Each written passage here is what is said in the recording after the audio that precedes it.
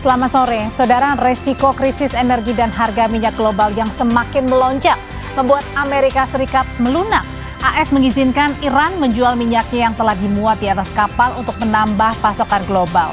Saat hampir bersamaan, Trump juga mengancam akan menyerang infrastruktur penting Iran jika tak buka Selat Hormuz dalam waktu 48 jam. Pertanyaannya, mampukah strategi ini menekan posisi Iran? Sampai Indonesia malam hari ini juga akan menghadirkan laporan langsung dari berbagai daerah pada hari kedua Lebaran. Salah satunya dari Pelabuhan Bakahuni yang mulai ramai dipadati para pemudik motor karena Senin sudah kembali masuk kerja. Dua topik ini beserta sejumlah informasi lainnya akan jadi sorotan utama kami di Sapa Indonesia Malam. Saya Audrey Chandra.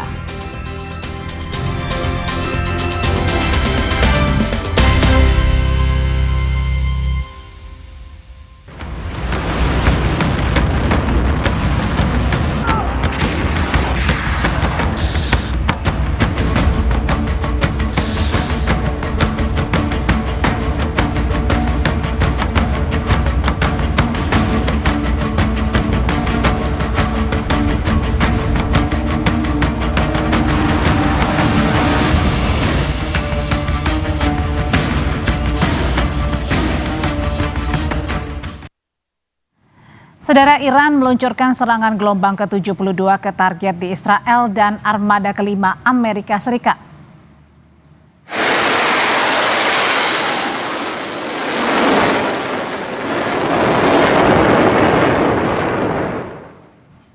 Juru bicara Markas Besar Pusat Khatam Al-Anbiya, Ibrahim Zulfahari menyebut pasukan Iran telah menyerang target di Israel dan armada kelima Amerika Serikat sebagai bagian dari gelombang ke-71 dan ke-72 dalam operasi Janji Setia 4 atau Janji Sejati 4. Serangan menargetkan infrastruktur militer termasuk tangki bahan bakar dan lokasi penempatan pesawat pengisian bahan bakar di Bandara Ben Gurion, Tel Aviv, Israel. Serangan dilakukan menggunakan rudal Qader dan Emad.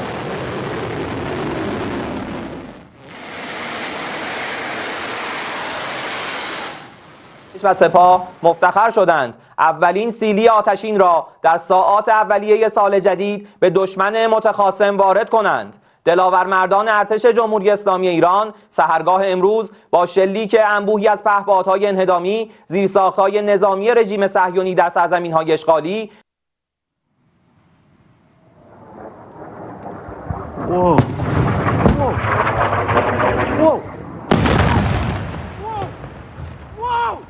Rudal Iran menghantam kota Dimona di Israel Selatan.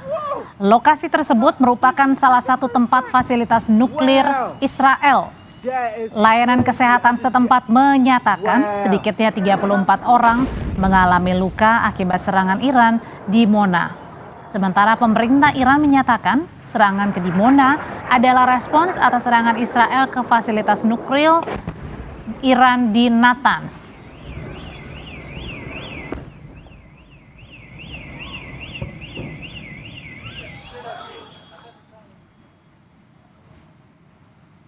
Selain kota Dimona, rudal dan drone Iran juga menghantam sejumlah bangunan di kota Arad. Gambar yang Anda saksikan memperlihatkan bagaimana dampak kerusakan akibat serangan Iran. Sedikitnya 75 orang terluka dan 2 dinyatakan hilang. Garda Revolusi Iran menyatakan menargetkan instalasi militer dan pusat keamanan di Israel Selatan. Reaktor nuklir Israel terletak 13 km di tenggara Dimona. Di antara kota Dimona dan Arad terdapat beberapa fasilitas militer Israel, termasuk pangkalan udara Nevatim yang merupakan pangkalan udara terbesar di Israel.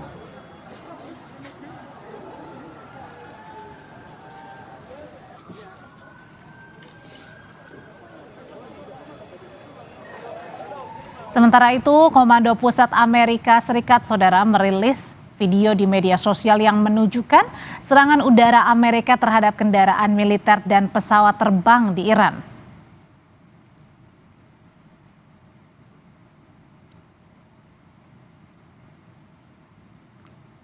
Dalam video yang dirilis Pihak Amerika Serikat tidak menyebutkan lokasi dan tanggal pasti serangan tersebut. Pihak Israel melalui Israel Katz, Menteri Pertahanannya juga menyebut serangan terhadap Iran akan meningkat secara signifikan dalam minggu mendatang. Namun pernyataan ini disampaikan oleh Katz beberapa jam setelah Trump mengatakan akan mempertimbangkan penghentian operasi militer di Timur Tengah.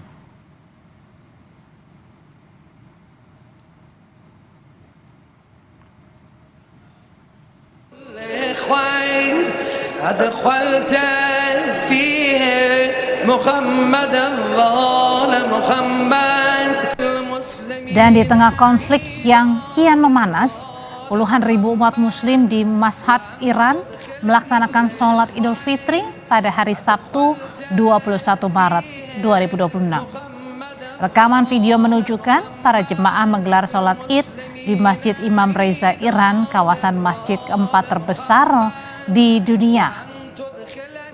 Banyaknya jemaah membuat warga menggelar sajadah hingga keluar area masjid hingga harus berdiri di lapangan terbuka.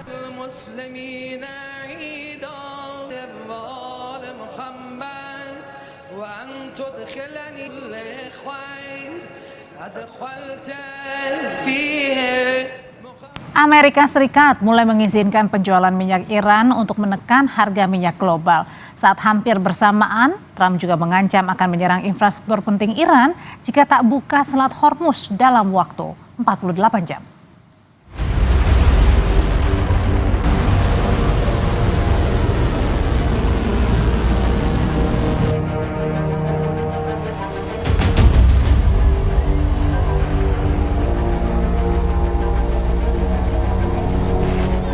Amerika Serikat mulai melonggarkan sanksi terhadap sebagian stok minyak Iran di laut untuk menambah pasokan dan menekan harga minyak global. Departemen Keuangan AS mengumumkan kebijakan ini melalui situs resminya pada Jumat 20 Maret. AS mengizinkan penjualan minyak dan produk petrokimia Iran yang telah dimuat ke kapal hingga 19 April waktu New York mendatang. Amerika Serikat menerapkan kebijakan ini di tengah harga minyak melonjak hingga 50% dampak Iran menutup Selat Hormuz dan menyerang sejumlah fasilitas minyak di negara-negara teluk. Jumat 20 Maret, harga minyak mencapai $112 Amerika Serikat per barel atau tertinggi sejak 2022. Beberapa waktu kemudian, Presiden Amerika Serikat Donald Trump mengancam akan menghancurkan pembangkit listrik Iran jika Teheran tidak sepenuhnya membuka kembali Selat Hormuz. Dalam akun media sosialnya pada Sabtu 21 Maret 2026, Trump menulis, jika Iran tidak sepenuhnya membuka tanpa ancaman Selat Hormuz dalam waktu 48 jam dari saat ini, Amerika Serikat akan menyerang dan menghancurkan berbagai pembangkit listrik mereka, dimulai dengan yang terbesar terlebih dahulu. Israel pun menyatakan serangan gabungan AS dan Israel terhadap Iran akan meningkat signifikan dalam beberapa hari mendatang. Israel mengancam akan menyerang infrastruktur andalan Iran. השבוע עוצמת התקיפות שיבצעו צה"ל וצבא ארצות הברית נגד משטר הטרור האיראני ונגד התשתיות עליהן הוא נשען תעלה מדרגה באופן משמעותי, והמערכה בהובלת נשיא ארצות הברית דונלד טראמפ וראש ממשלת ישראל בנימין נתניהו תימשך.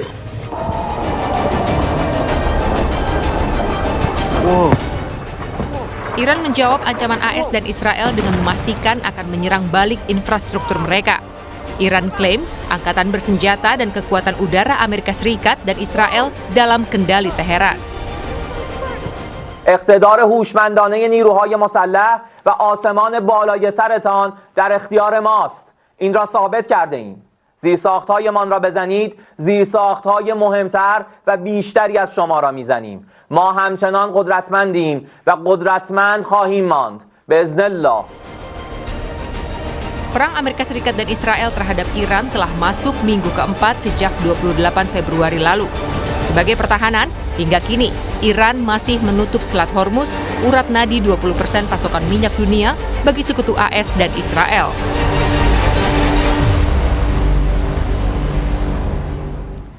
Langkah Amerika Serikat membuka akses minyak Iran di tengah ancaman akan menyerang Selat Hormuz dalam waktu 48 jam. Kita bahas sore ini bersama peneliti senior Indo-Pacific Strategic Intelligence, ada Aisyah Kusuma Somantri. Selamat sore, Mbak Aisyah.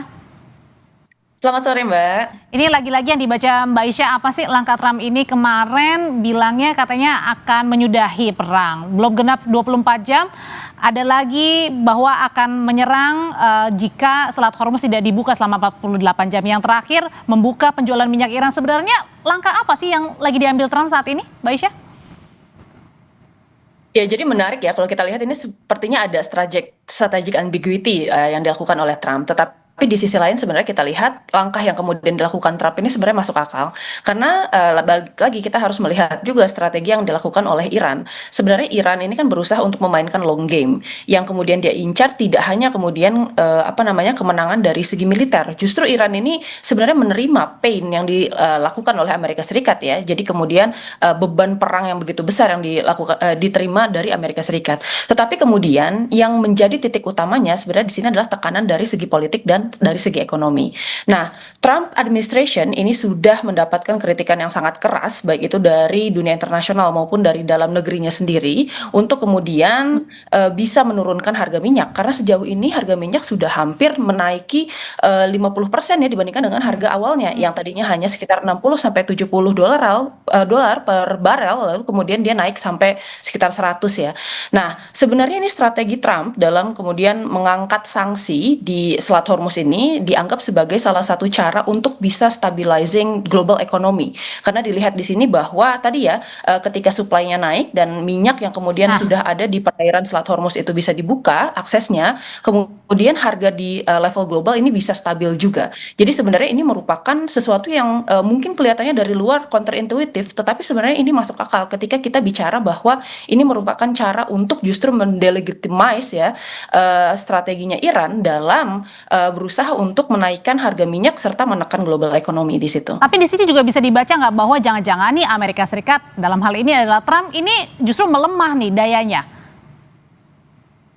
Yang kita lihat di sini sebenarnya memang mungkin ada beberapa indikator yang mungkin bisa kita lihat ya. Yang pertama adalah kenaikan harga-harga barang yang disertai dengan kenaikan harga minyak. Yang kedua adalah kemudian oil reserve, karena kemarin kita tahu bahwa beberapa negara yang kemudian dekat dengan Amerika Serikat itu sudah membuka oil reserve-nya. Yang ketiga adalah US-nya sendiri yang kemudian sudah mulai ya kemudian tapping dari oil reserve tersebut, sehingga menimbulkan tadi kekhawatiran dari segi dunia global. Nah, kalau kita lihat di sini memang Amerika Serikat ini ada di dalam strategic disadvantage, karena dari awal kita lihat serangannya ini selalu berpola direct attack gitu ya, melalui siege warfare, dari serangan udara dan lain-lain. Dan kita perlu menerima juga bahwa Iran ini juga mengalami kerusakan yang luar biasa, terutama karena kemudian fasilitas-fasilitas publiknya serta kemudian pengolahan energinya ini telah terserang oleh Amerika Serikat, serta tadi ya banyak sekali pimpinan-pimpinan politiknya yang juga akhirnya meninggal karena serangan-serangan tersebut. Tetapi perlu kita lihat di sini bahwa ya Amerika Serikat ini tetap punya kekuatan yang sangat besar. Akan tetapi yang namanya power itu harus dilihat secara kontekstual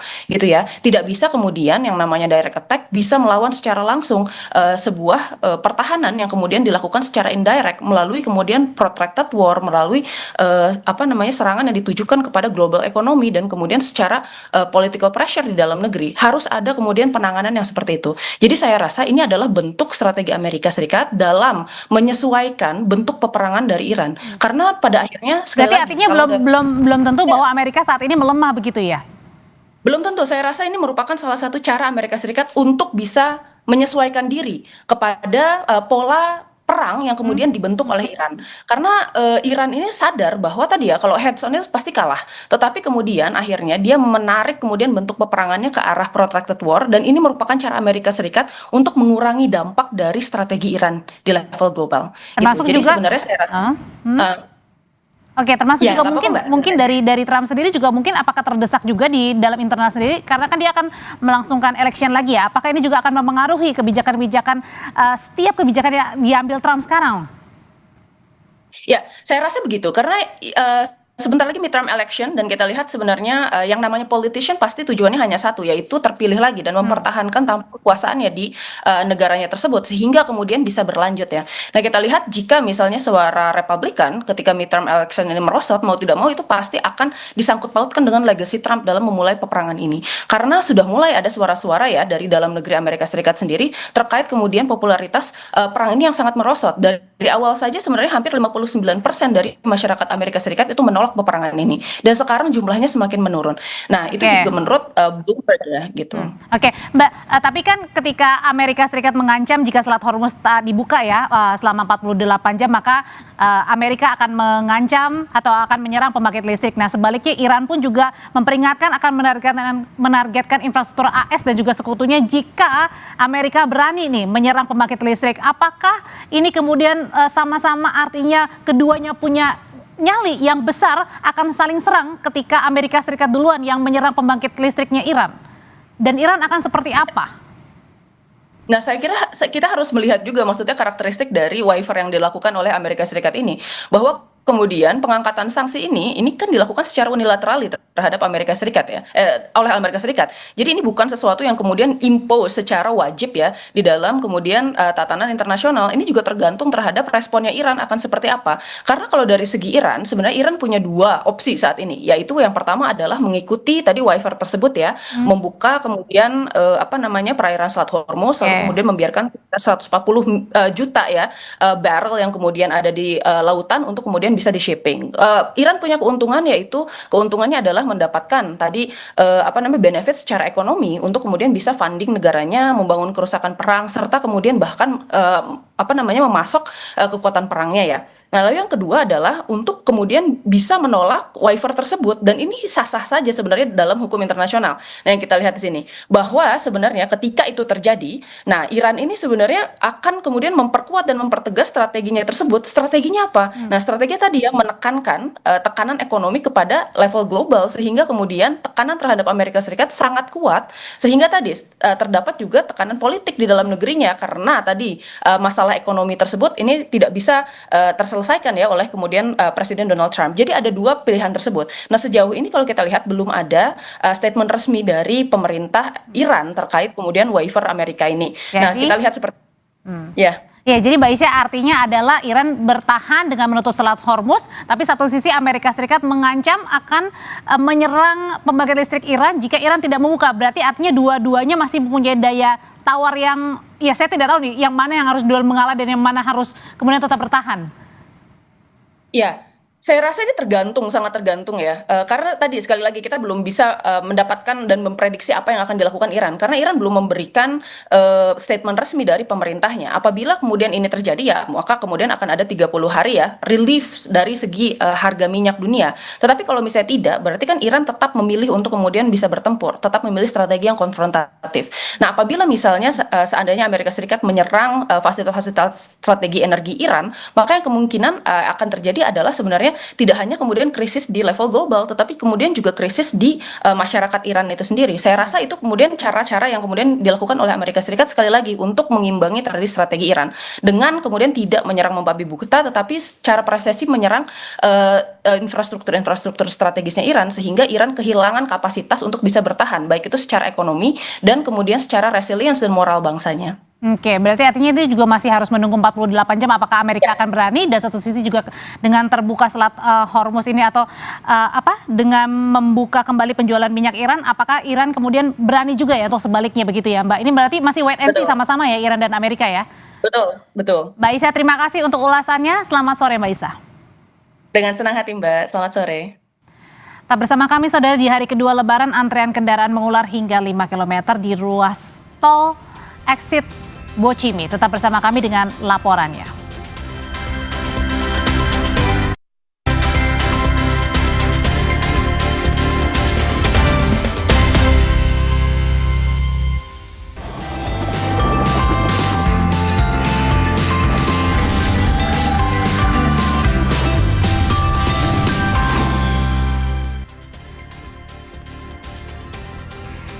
Saudara, di hari kedua Lebaran, antrean kendaraan mengular di dua ruas exit tol Bocimi. Kemacetan terjadi di ruas exit tol Parungkuda dari arah Jakarta yang menuju ke Sukabumi.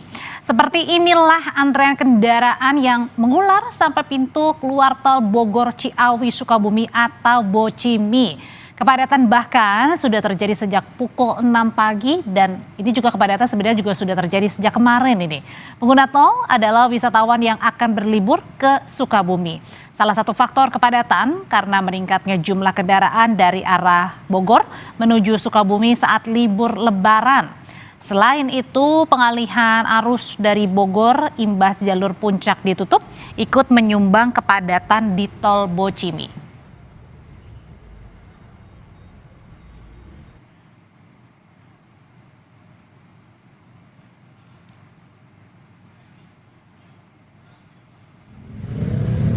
Kepadatan juga terjadi di ruas arteri nasional Sukabumi Bogor dan sejumlah rute alternatif Karangtengah. Kepadatan lalu lintas di jalur arteri dipicu banyaknya pemudik lokal yang akan bersilaturahmi ke rumah keluarga di Sukabumi hingga Cianjur sehingga memicu kepadatan lalu lintas. Selain itu, pengendara roda 2 dan juga roda 4 menempuh jalur arteri untuk berwisata ke sejumlah lokasi di sana seperti ada Pantai Pelabuhan Ratu, Pantai Sawarna Banten, dan sejumlah pantai yang berada di wilayah Geopark Ciletu.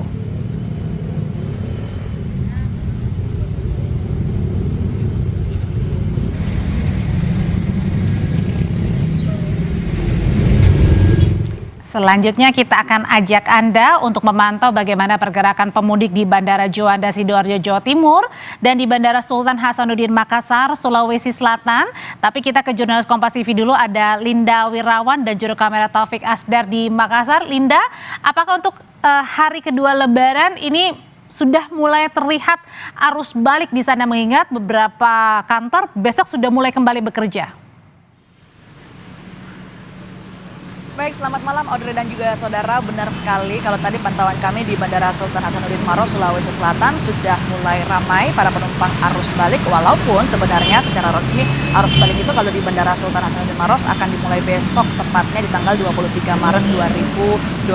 Namun memang dari pantauan kami tadi bandara sudah cukup ramai. Sedangkan untuk arus balik sendiri diprediksi akan mulai besok tanggal 23 Maret sampai tanggal 29 Maret 2026 dengan prediksi puncak arus balik jatuh pada tanggal 28 Maret 2026 dengan total penumpang kurang lebih ada sebanyak 39.225 penumpang.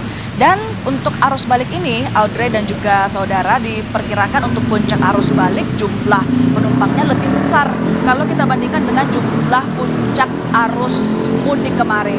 Ini diakibatkan karena untuk di puncak arus balik ini para penumpang arus balik ini mereka bersamaan karena hari libur yang sudah habis. Sedangkan kalau untuk puncak arus mudik kemarin memang jumlahnya lebih sedikit karena para pemudik ini pulang ataupun mudik tidak dalam waktu yang sama. Ada yang di awal, ada yang di pertengahan, atau ada yang di puncak arus mudik itu sendiri. Itu kemudian yang menyebabkan puncak arus balik ini jumlah penumpangnya lebih tinggi jika dibandingkan dengan jumlah penumpang di puncak arus mudik.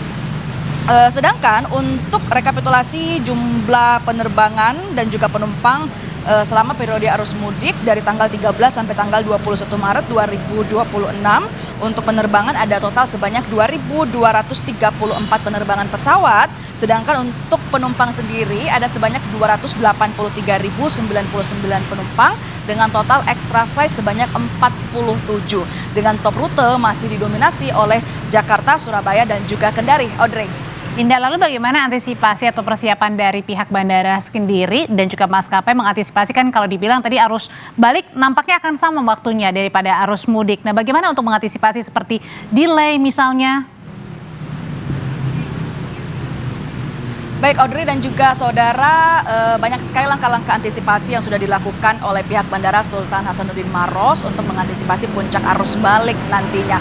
Mulai dari berkoordinasi dengan semua pihak, mulai dari pengamanan seperti TNI Polri, SAR, ataupun juga di perhubungan untuk melihat cuaca juga bekerja sama dengan BMKG, kesehatan, Jasara Harja, dan juga ini dilakukan oleh pihak bandara untuk berkoordinasi agar mencegah ataupun mengantisipasi adanya kejadian-kejadian yang tidak terduga. Untuk itu juga pihak bandara juga membangun posko angkutan lebaran di bandara selama periode mudik Idul Fitri 2026 dengan mensiagakan sebanyak 1.257 personil.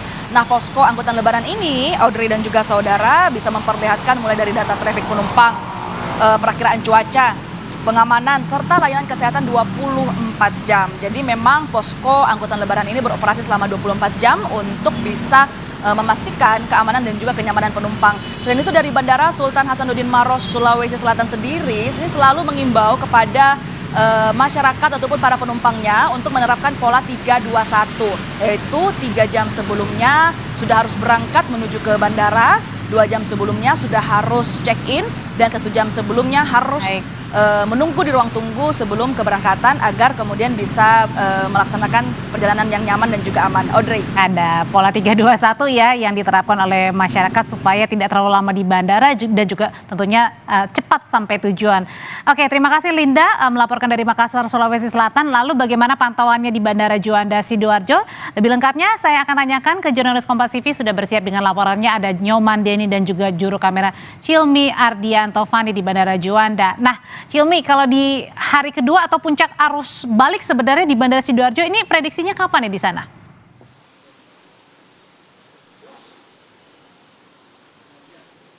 Baik, Audrey dan juga saudara, memang suasana saat ini di Bandara Internasional Juanda di Sidoarjo ini memang masih cukup ramai oleh para penumpang yang akan bepergian di hari kedua Lebaran pada hari ini.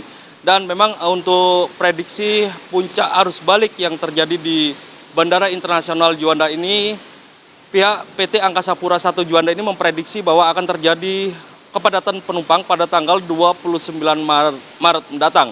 Dan di hari kedua Lebaran pada hari ini memang penumpang masih cukup ramai bepergian yang didominasi oleh penumpang penerbangan domestik dengan tujuan yang paling favorit yakni menuju Jakarta, Bali dan juga Makassar. Dan tercatat hingga pada Sabtu malam kemarin, yakni ada sekitar 259 pergerakan pesawat dengan jumlah penumpang, yakni sekitar 34.600 penumpang pada Sabtu malam kemarin.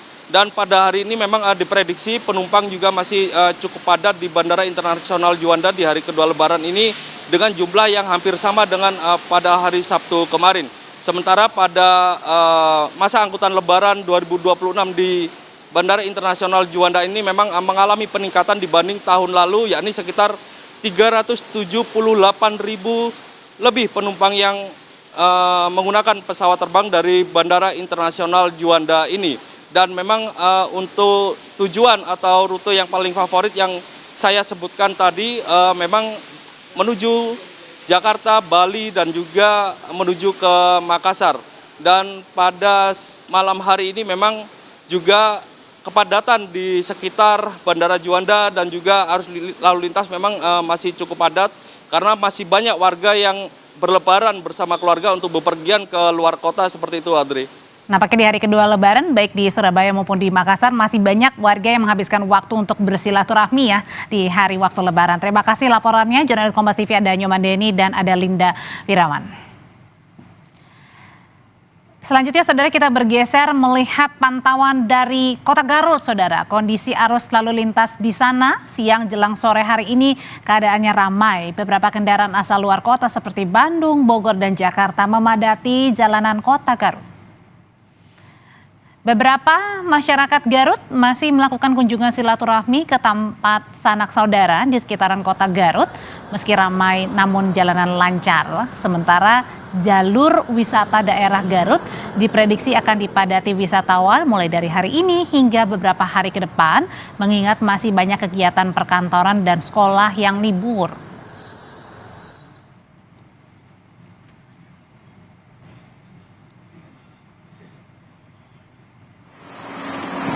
Nah, yang ini adalah pantauan dari gerbang tol Cikampek Utama.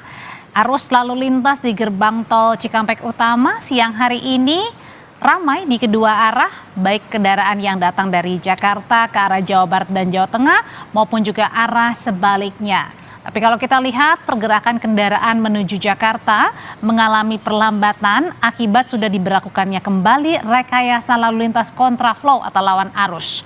Untuk arah Jawa Barat dan Jawa Tengah, jumlah kendaraannya terbilang masih cukup tinggi karena ternyata masih ada warga yang baru mulai perjalanan mudik lebarannya hari ini.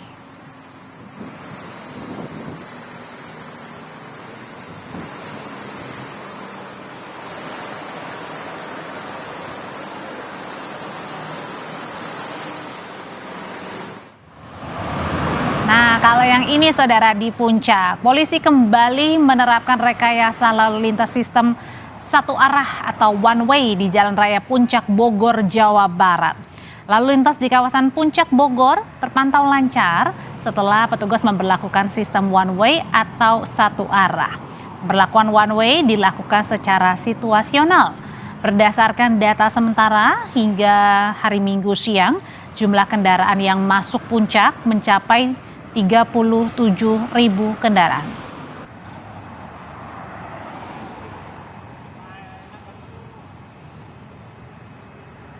Ini situasi cukup ramai lancar, di mana pada hari kedua Lebaran ini memang kita prediksi akan banyak masyarakat, terutama masyarakat yang langsung melakukan mudik lokal, dan tadi juga kita lihat ada beberapa masyarakat juga yang datang ke beberapa tempat wisata di wilayah Puncak. One way di Jakarta nanti akan kita terapkan secara situasional. Kita melihat jumlah arus yang berada di wilayah Puncak itu sendiri.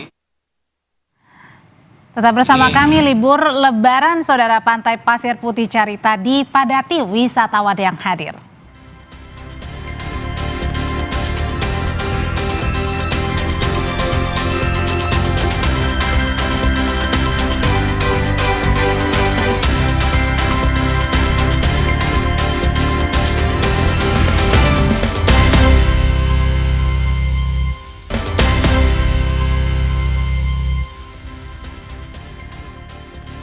Pelabuhan Bakauheni Lampung Selatan mulai ramai oleh para pemudik menggunakan sepeda motor. Mereka memanfaatkan hari kedua Lebaran untuk kembali ke Pulau Jawa menghindari kepadatan arus balik.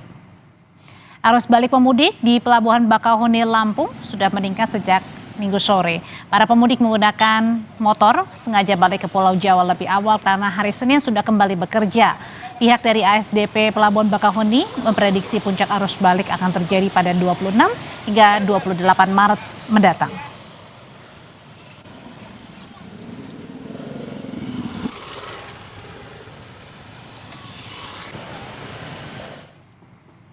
Kita pantau situasi paling baru dari penyeberangan di Pelabuhan Bakauheni Lampung bersama jurnalis Kompas TV Zefania Sitomeyang dan juru kamera Adini Anissa.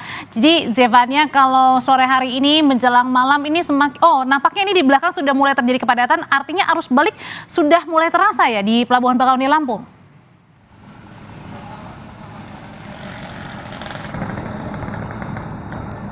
Ya, Audrey, kalau melihat bagaimana situasi di Pelabuhan Bakauheni Lampung Selatan, ini sebenarnya kalau di belakang saya ini adalah adalah parkir mobil, karena di Pelabuhan Bakauheni Lampung Selatan ini juga ada mall begitu ya. Jadi beberapa warga atau masyarakat di Lampung Selatan ini banyak yang juga memanfaatkan mall yang ada di Pelabuhan Bakauheni Lampung. Namun kalau melihat kantung parkir yang ada, Audrey, ini memang terlihat masih nampak lengang. Kalau tadi kami pantau sejak sore hari antrean kendaraan yang hendak masuk ke dalam kapal ini hanya ada satu saf saja atau satu banjar mengantri ke belakang begitu. Jadi kalau tadi kami juga sempat berbincang dengan polisi yang bertugas, ini juga menyebut sejak pagi hari tadi pantauan memang masih lengang, tidak kantung parkir belum penuh begitu ya situasinya. Dan selain kendaraan roda 4 juga, Audrey, ini terlihat sejumlah kendaraan roda 2 ini juga ada yang sudah mulai mengantre di dermaga eksekutif Pelabuhan Bakauheni untuk masuk ke kapal. Namun memang situasinya masih kondusif karena masih sejumlah masyarakat ini masih memanfaatkan momen Lebaran bersama keluarga di rumahnya masing-masing. Kalau kami pantau juga bagaimana situasi di jalur arteri, ini juga masih nampak lengang, Audrey, karena kalau kami berbincang dengan warga setempat maupun petugas, ini biasanya kalau sudah terlihat ada keramaian di pelabuhan, ini biasanya kepadatan arus kendaraan sudah mulai terlihat dari jalur arteri di depan pintu masuk pelabuhan Bakauheni Lampung Selatan ini. Jadi kalau dari jalur arteri masih terlihat lengang kondusif, ini artinya belum ada kepadatan atau lonjakan penumpang yang terjadi. Sementara itu dari PT ASDP juga Audrey ini sebenarnya sudah memprediksi bahwa puncak arus balik Lebaran ini terjadi di tanggal 26 hingga 28 Maret 2026. Jadi sejumlah antisipasi ini sudah dipersiapkan untuk mengantisipasi lonjakan penumpang, seperti misalnya yang pertama ini terkait sistem single tarif ticketing. Ini adalah salah satu sistem yang kemarin kita lihat cukup efektif di puncak arus mudik begitu ya, untuk mengurai kepadatan yang ada. Tapi kalau di pelabuhan Bakauheni sendiri ini sifatnya situasional, Audrey. Jadi melihat apakah beberapa hari menjelang puncak arus mudik ini sudah terlihat adanya keramaian di pelabuhan Bakauheni. Apabila memang diperlukan sistem single tarif ticketing, di mana penumpang atau calon penumpang ini bisa membeli tiket di harga flat yang sama, ini baru akan diberlakukan. Jadi sifatnya situasional. Selain itu sistem TBB atau tiba bongkar berangkat ini juga akan diterapkan skemanya oleh PT ASDP. Apabila nanti puncak arus mudik terlihat ada lonjakan penumpang, nanti ketika kapal datang, bongkar muat akan dioptimalkan prosesnya, di mana awak kapal ini akan diberi waktu selama 45 menit kurang lebih untuk melakukan proses roll on dan roll off kendaraan. Selain itu juga penumpang perseorangan ini akan dipercepat begitu ya proses untuk masuk ke kapalnya, dan ketika semua bongkar muat ini sudah dilakukan, kapal akan harus segera berangkat menuju ke pelabuhan Merak untuk menyeberang ke Pulau Jawa begitu ya dari pelabuhan Bakauheni.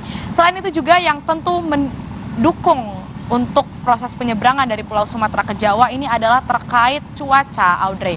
Kalau melihat bagaimana prediksi dari BMKG dan juga koordinasi yang dilakukan dengan PT ASDP Indonesia Ferry, cuaca selama arus mudik kemarin hingga arus balik ini terlihat cukup cerah, masih cerah, tidak ada terlihat adanya cuaca buruk yang akan terjadi. Jadi ini juga cukup membantu bagaimana proses penyeberangan dari Pulau Sumatera ke Pulau Jawa dari Pelabuhan Bakauheni begitu ya. Karena kalau kami lihat beberapa hari ini situasi di daerah Lampung Selatan, Audrey, ini terlihat cuacanya cerah, tidak pernah terjadi hujan begitu, cenderung cerah, dan ini sangat membantu untuk proses sandarnya kapal ke pelabuhan, begitu juga berangkatnya, karena ombak juga terlihat ini kondusif begitu ya, tidak ada gelombang yang cukup tinggi. Jadi ini sangat membantu untuk mempercepat bagaimana proses penyeberangan. Hingga nanti puncak arus mudik akan kami pantau tentunya, Audrey.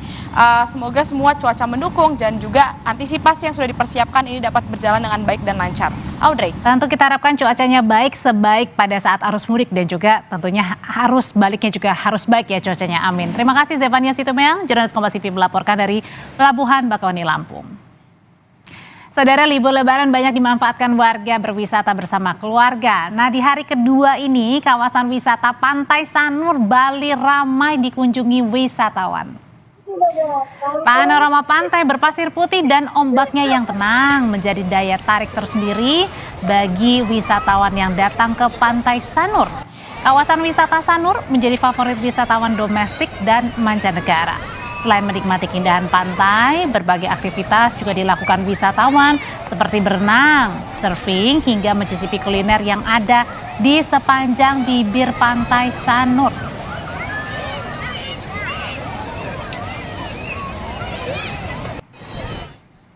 Terus anak-anak kan lebih suka main di sini, sama ciri khasnya di Sanur makan lumpia, Pak. Ini ke Sanur bersama siapa aja, Bu? Sama keluarga besar. Ini dalam rangka libur Lebaran, Bu ya? Sama nyepi, tadinya nyepi, Pak. Memanfaatkan hari libur Lebaran Idul Fitri, Pantai Pasir Putih Carita dipadati wisatawan. Dengan tiket masuk seharga Rp10.000 untuk satu orang, menjadikan wisata pantai menjadi pilihan wisatawan untuk mengisi liburan.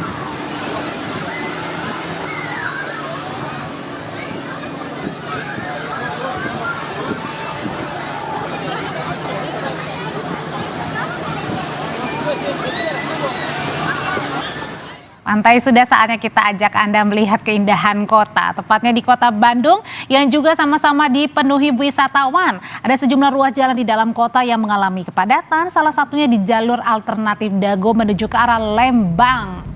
Kendaraan yang melintas di ruas Jalan Insinyur Haji Juanda atau Dago didominasi kendaraan wisatawan asal Jabodetabek dan lokal. Kemacetan terjadi di sentra-sentra kuliner dan oleh-oleh sepanjang ruas jalan ini. Kepadatan juga terjadi di simpang Terminal Dago menuju ke arah kawasan wisata Lembang. Sejumlah petugas juga disiagakan mengatur lalu lintas agar tetap tertib.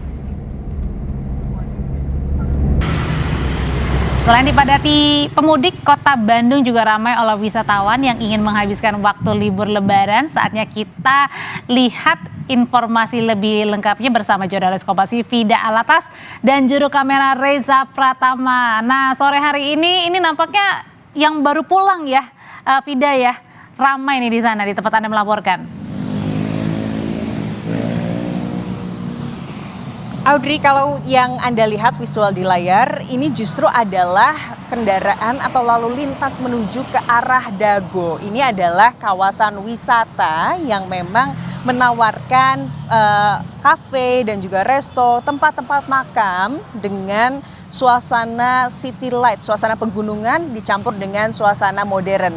Dan Audrey, ini sebetulnya kondisi ini, kepadatan ini sudah terjadi sejak siang. Tapi semakin malam nih kami mau tunjukkan langsung kepada Anda kondisi terkini dari jalur Dago menuju ke arah ini. Kalau lurus Anda bisa ke Dago Pakar, ataupun Anda juga kalau Anda belok kiri ini sebenarnya ke kawasan wisata Lembang. Tapi Audrey, kalau Anda lihat ini memang mayoritas kendaraan yang melalui jalur ini atau jalur Dago atas ya, Audrey dan juga saudara, tepatnya di depan Terminal Dago. Ini adalah mereka-mereka yang memang sengaja keluar setelah sudah puas berbelanja di pusat kota Bandung di siang hari hingga sore hari begitu ya. Ini sengaja untuk ke kawasan Dago untuk menikmati suasana kafe dan juga resto di sana dan juga suasana pemandangan pegunungan yang ada di kawasan Dago. Dan kalau bisa kami pantau di sini Audrey dan juga saudara, Anda bisa lihat ya bagaimana ini stucknya cukup lama, bisa beberapa menit begitu ya. Tapi kalau dilihat memang sedari siang hingga sore hari tadi di pertigaan atau persimpangan ini memang petugas kepolisian ini berjibaku untuk memastikan bahwa kendaraan ini bisa tetap berjalan. Namun makin sore memang Audrey dan juga saudara, karena padatnya lalu lintas atau jumlah kendaraan yang melintas ke kawasan Dago Pakar dan juga ke kawasan Dago begitu ya, kondisi lalu lintasnya ini cukup padat dan bahkan cukup stuck begitu ya Audrey, seperti yang Anda lihat saat ini. Dan mayoritas Audrey dan juga saudara, kendaraan-kendaraan yang melintas kami pantau platnya ini banyak sekali plat B. Artinya ini adalah wisatawan ataupun pemudik yang berasal dari Jabodetabek. Dan juga kami juga memantau beberapa kendaraan yang memang berasal dari bahkan Pulau Jawa begitu ya. Memang di waktu libur lebaran ini ingin berlibur dan juga menikmati waktu berlibur bersama keluarga di Kota Kembang, di Paris Van Java, Kota Bandung. Audrey.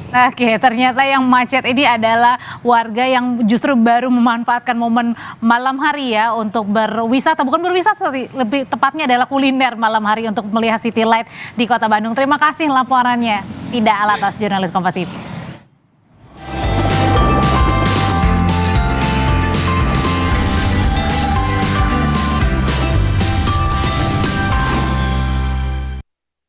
Kota Wushan, Tiongkok, saudara, disebut-sebut punya eskalator terpanjang di dunia. Seberapa panjang? Usai jeda sampai Indonesia Malam punya informasinya untuk Anda simak.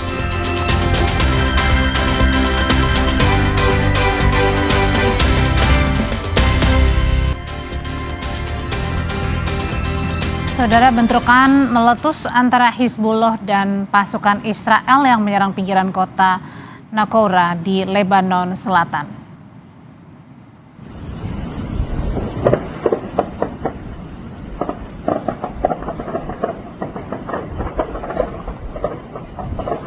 Bentrokan terjadi saat Hizbullah melakukan perlawanan pada serangan Israel.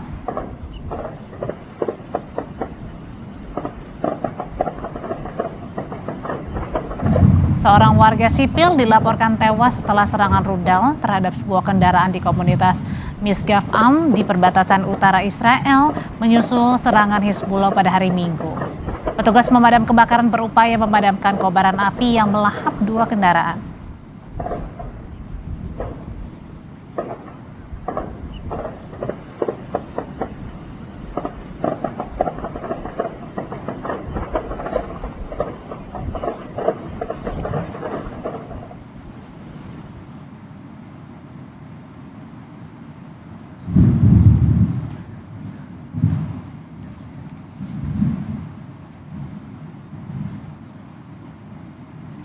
Tangga berjalan atau eskalator di kota Wushan, Tiongkok disebut-sebut sebagai eskalator terpanjang di dunia. Keberadaan eskalator ini mampu memangkas waktu tempuh perjalanan warga sekitar dari 1 jam hanya menjadi 20 menit saja. Eskalator Dewi di kota Wushan memiliki panjang 905 meter. Eskalator ini menghubungkan pusat kota dengan daerah di seberang Sungai Yangtze. Wow, panjang banget ya eskalatornya ya. Nah, eskalator ini saudara dibuka sejak perayaan Tahun Baru Imlek. Sistem eskalator membentang sepanjang jalan menanjak setinggi 242 meter. Sistem ini terdiri dari 21 eskalator, 8 lift, dan beberapa jembatan penyeberangan. Jalur eskalator dilengkapi dengan panel kaca sehingga pengguna bisa melihat langsung pemandangan yang begitu bagus di sekitarnya. Eskalator kini juga menjadi daya tarik baru bagi wisatawan.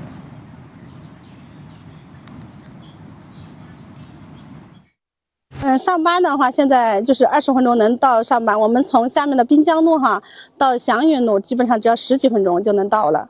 然后上学孩子都很方便。 Terima kasih sudah menyaksikan Sapa Indonesia Malam. Saatnya kami pamit. Selamat malam. Sampai jumpa lagi.